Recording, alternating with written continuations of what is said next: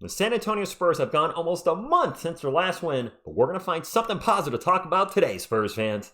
I don't ever slow up, no I don't take I got no love for the fakeness. If you want to play tough and want to hate this, I'll always show up and make a statement.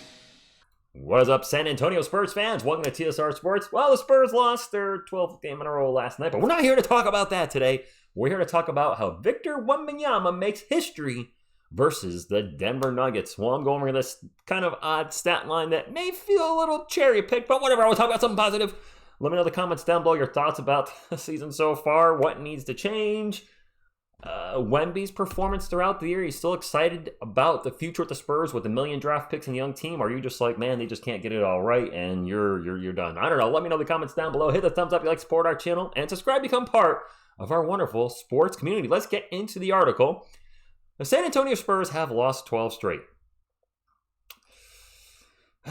The rookie sensation Victor Wembanyama continues to impress, and I agree. Putting up 22 points, 11 rebounds, 6 steals, 4 blocks, and 2 assists against the Denver Nuggets on Sunday, Wemby became the first rookie in NBA history to post that line or better in a single game. And I'm assuming that has something to do with the steals, like more than 20 points, 10 boards, 5 steals, 4 blocks.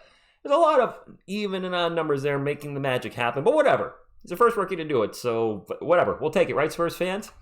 Even if the rookie qualification is removed, just 4 other players in NBA history have ever posted this line or better in a single game. The most recent to do so is the Beard himself, James Harden, in 2019, and the other 3 players to post this line or better are Karl Malone, Hakeem Olajuwon, and Robert Parrish.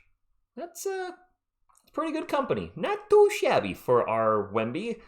Moving down the article from Sports Illustrated, we find out that he did this only 25 minutes last night, by the way. He put all those numbers up in just 25 minutes. I thought he played closer to 30 minutes. No, he only played 25. So playing just 24 minutes, 56 seconds in this game, Wemby is the only player on this list to achieve his stat line in less than 30 minutes played.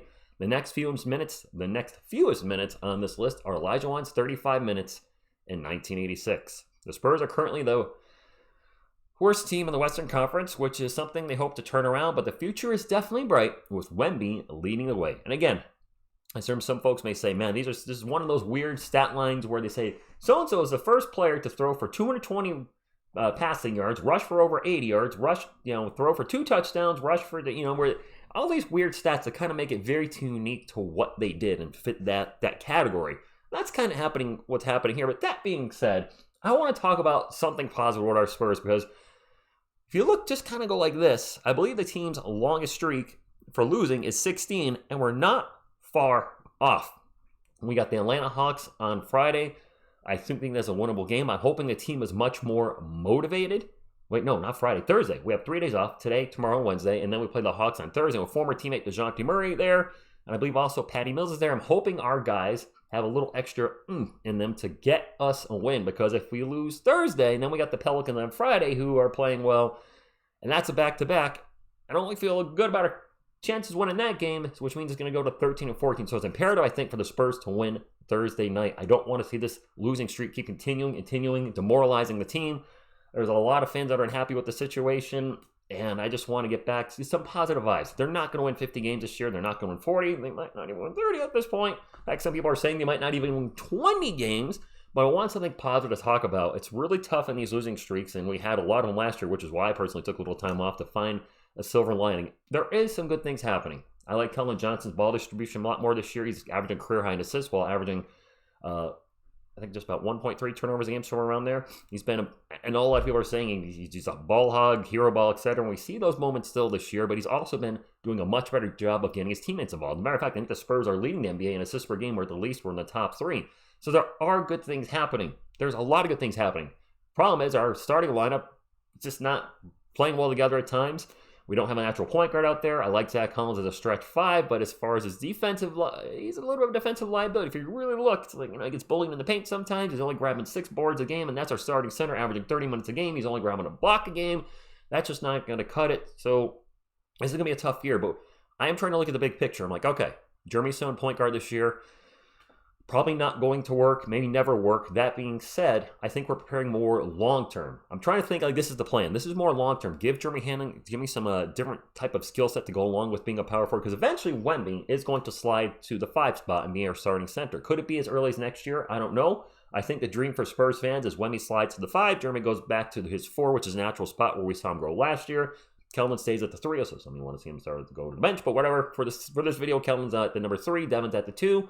And then, I don't know, maybe Isaiah Collier, if we hit gold again next year in the draft, is our starting point guard.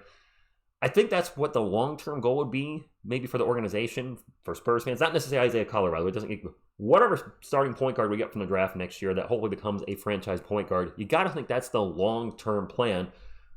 Kelvin's on a team-friendly contract. Devin was extended. Obviously, this is the franchise. You got to think they still want Jeremy Sohan to be our power forward of the future, and I certainly hope Jeremy's okay. He hurt his knee last night. I hope no fans are happy that, and I don't think that we'll have that on this channel. You guys are always really cool. But I'm sure there's going to be that very, very, very, very tiny percentage. Like, he's hurt. Great. No more point guard Jeremy. No, don't celebrate any type of injury. It's still going to be a fun year, I think, at times, but it's going to be a frustrating year. But watching this man play, he's 19-year-old, this teenager. I'm old enough to be his dad. Watching him do the things he does with these reverse alley-oops, which I don't know the last time I remember seeing that happen. Maybe David Robinson back in the day. I'm really drawing a blank on how many guys we had on the team in the last few decades that could do that. But seeing him do those special plays, it tells me that there is greatness there, but it's not going to be unlocked this year. He spends a lot of time on the perimeter, out of position, launching threes. But that being said, we're seeing glimpses of greatness. We're seeing glimpses of what should be a perennial all-star at some point. And I think we're just going to have to kind of focus on that and accept that with the experimentation that Pop is doing this year.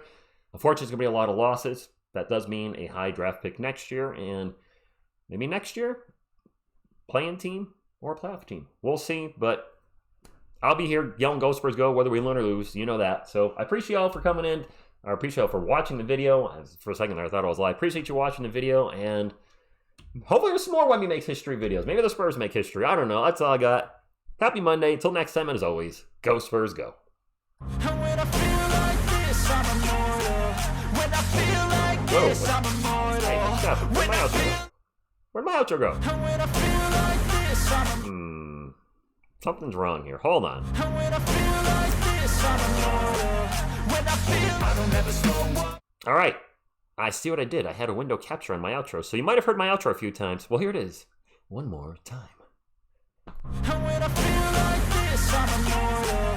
When I feel like this, I'm immortal. When I feel like this,